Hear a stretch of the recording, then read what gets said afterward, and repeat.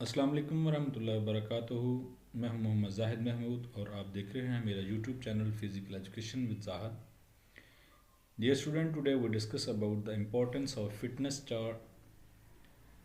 के fitness chart जो है उसकी अहमियत क्या है, और फिटनेस चार्ट जानने से पहले आपको कुछ फिटनेस के बारे में और उसके चार्ट के बारे में जानना भी ज़रूरी है।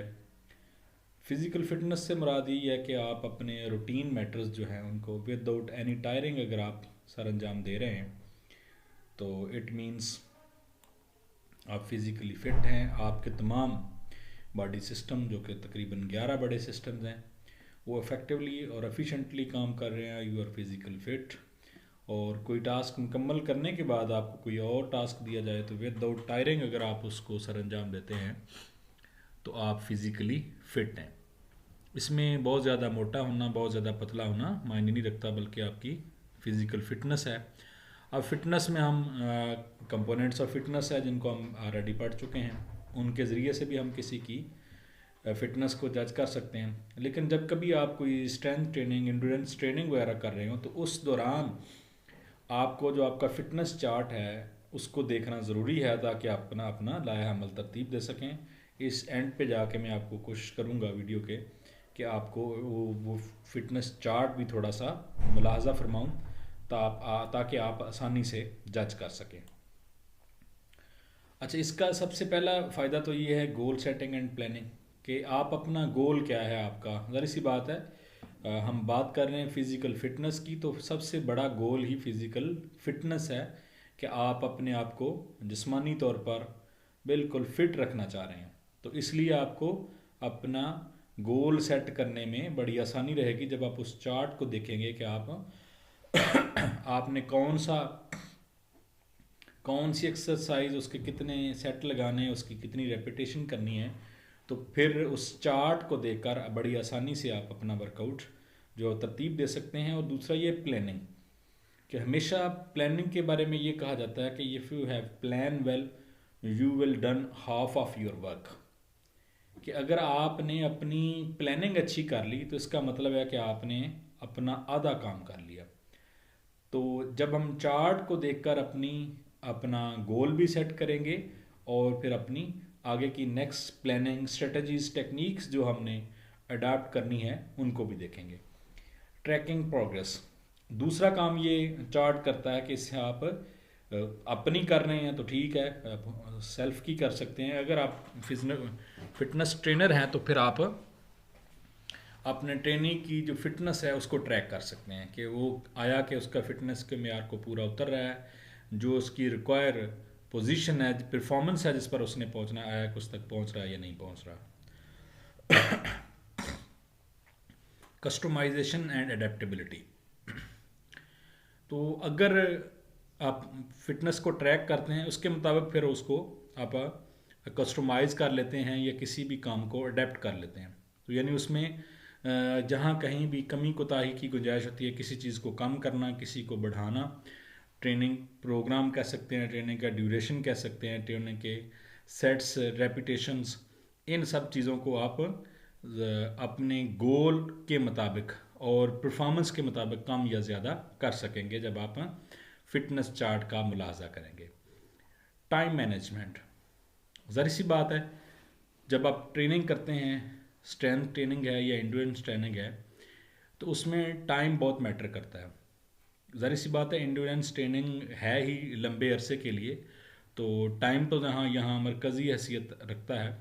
लेकिन ट्रेनिंग खा कोई भी हो, अब स्प्रिंटिंग की ट्रेनिंग है तो ज़ाहिर सी बात है वहाँ पे भी टाइम बहुत इंपॉर्टेंट है कि आपने बहुत जल्दी कोई काम करना है। अगर एंड्योरेंस की ट्रेनिंग है तो वहाँ पे भी टाइम बहुत इंपॉर्टेंट है कि आपने prolong period, extended period of time आपने वर्कआउट करना है। सॉरी। तो इसलिए जो आपका चार्ट है वो आपको टाइम मैनेजमेंट भी दिखाता है।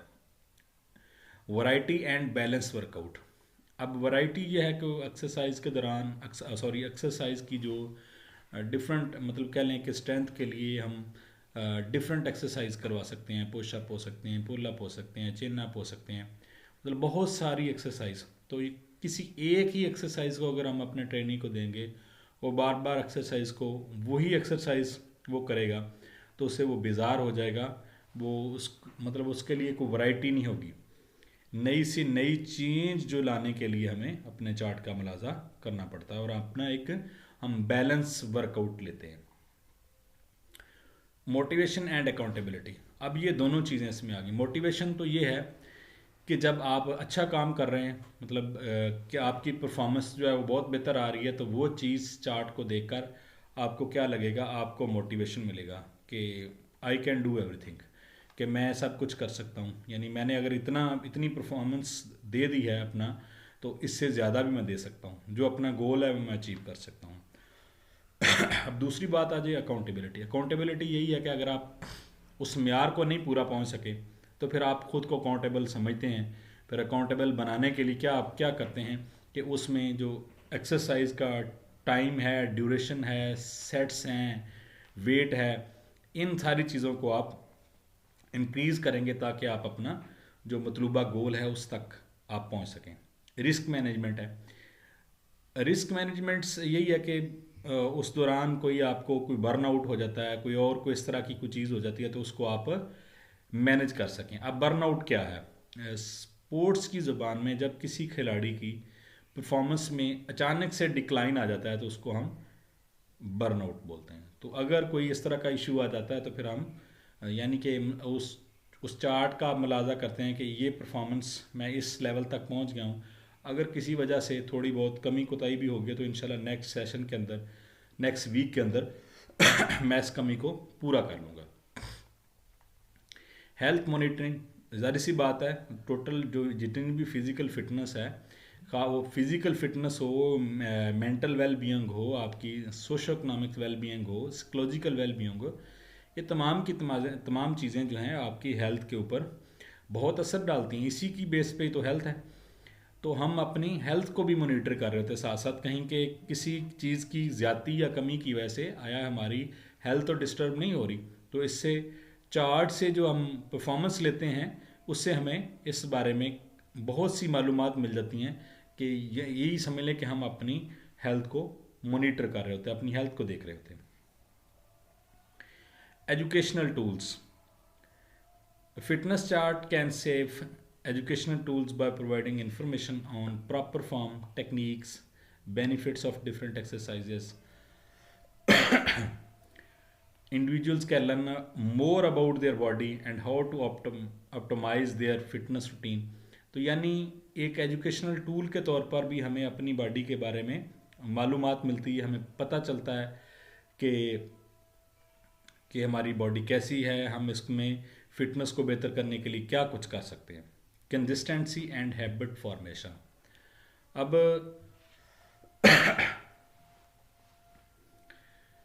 जो हमारा फिटनेस चार्ट है वो क्या करता है, हमें एक तो हमारी कंसिस्टेंसी, अब कंसिस्टेंसी जब भी आप वर्कआउट करें तो उसके लिए कंसिस्टेंसी बहुत ज़्यादा ज़रूरी है। अगर कंसिस्टेंसी से वर्कआउट करें, कंसिस्टेंसी मतलब ये नहीं है कि सुबह से शाम और रात से सुबह तक, इट मीन्स ट्रेनिंग के जो है 4 to 5 days in a week. तो अगर आप एक ही दिन में सारा दिन लगे रहते हैं, 2-3 दिन ट्रेनिंग ही नहीं करते, या एक वीक ज़रा ज़ोर शोर से कर लेते हैं, नेक्स्ट वीक नहीं करते, तो फिर मतलब है जो आपने एक ट्रेनिंग प्रिंसिपल है reversibility of training, you can use it और लूज़ इट। यानी अगर आप एक्सरसाइज करते हैं, आप ट्रेनिंग करते हैं तो ठीक, अदरवाइज़ आप अपनी परफॉर्मेंस जो है वो लूज़ करना शुरू कर देंगे। जो जहाँ पे हाँ हैं आप, ये नहीं है कि आप वहीं पे रहेंगे, उससे आपकी परफॉर्मेंस नीचे आना शुरू हो जाएगी। तो कंसिस्टेंसी से मुराद दिया कि जितना आपका आने वाले कोई जिस टूर्नामेंट के लिए, जिस इवेंट के लिए, ओलंपिक्स है, कोई सीरीज़ है जिसके लिए आप इतनी तैयारी कर रहे हैं, तो उसके आने तक जितना आपके पास टाइम है उसमें आप कंटिन्यूसली ट्रेनिंग सेशन जो है इसके जारी रखें और अपनी एक आदत बना लें।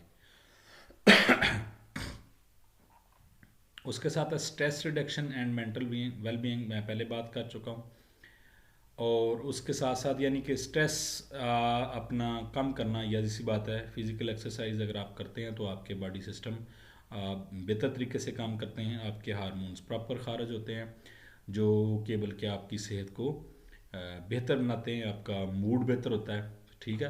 और उससे क्या है, आपकी मेंटल वेल बीइंग भी होती है। इंशाल्लाह ये मेंटल वेल बीइंग एक बड़ा बड़ा ब्रॉड टॉपिक है। इंशाल्लाह इसके ऊपर फिर अलग से एक वीडियो बनाऊंगा ताकि आपके इल्म में इजाफा हो सके। अब ये फिटनेस चार्ट है जो मैंने पहले आपको बताया था कि फ़र्ज़ करें हम 4 वीक का स्ट्रेंथ ट्रेनिंग का या कार्डियोवैस्कुलर ट्रेनिंग का हम अगर ट्रेनिंग प्लान बनाते हैं तो उसका फिटनेस चार्ट कैसा होगा। यानी उसमें हम लिखा हुआ स्क्वाट है 3 सेट्स हैं 12 रेपिटेशन है, इसी तरह पुशअप के 3 सेट्स हैं 15 रेपिटेशन है, बेंट ओवर रो के हैं 3 सेट हैं 12 रेपिटेशन है, ब्लैंक के 3 सेट हैं और 30 सेकेंड्स हैं, कार्डियो 20 मिनट्स, ब्रिस्क वॉक और जॉगिंग है। तो यानी ये चार्ट के अंदर डिफरेंट चीज़ें हैं। और इसके बाद फिर हम अपनी प्रोग्रेस को जैसे मेजर करेंगे, ऊपर दिए गए जो 10 से 12 हेडिंग्स जो मैंने आपको बताए हैं उसके मुताबिक हम फिर क्या कर सकते हैं कि इसमें कमी कताई कर सकते हैं ज़रूरत के मुताबिक। डे 2 कार्डियो और कोर एक्सरसाइज हैं जिसमें रनिंग है, बाईसाइकिल क्रंचेस हैं, रशियन ट्विस्टर है, लेग रेजेस हैं। 3 डे एक्टिविटी में 4 डे ट्रेनिंग है 3 डे में सिर्फ रेस्ट है या फिर योगा रखा हुआ है। आप कह सकते हैं डेड लिफ्ट्स हैं, चेस्ट प्रेस्ट है, लंग्स हैं, फिर उसके plank with leg raises, cardio 20 minutes, jump roping and high intensity interval training. तो यानी एक किस्म का आपका ट्रेनिंग का प्लान है, चार्ट है जिसके अंदर आप डिफरेंट एक्सरसाइज वगैरह करते हैं और उससे फिर अपनी फिटनेस को बेहतर बनाते हैं। अभी इसमें थोड़ा बहुत जो कोचेज़ हैं, ये यहाँ आपने देखा ये जनरल किस्म का है, तो आप intensity, duration, exercise, fitness level कि एक ज़ाहिर सी बात है एक बिगनर है और एक नेशनल इंटरनेशनल प्लेयर है, फिर उसका फिटनेस लेवल भी डिफरेंट होगा। तो ज़रूरी नहीं कि हर के लिए एक ही हूँ, इसको कोचेज़ ट्रेनर जो हैं वो वक्त ज़रूरत इसमें तब्दीली भी कर सकते हैं। ये था आज हमारा आज का टॉपिक। इंशाल्लाह किसी और टॉपिक के साथ आपकी खिदमत में हाज़िर हूँगा। तब तक के लिए अल्लाह हाफ़िज़, अस्सलाम वालेकुम।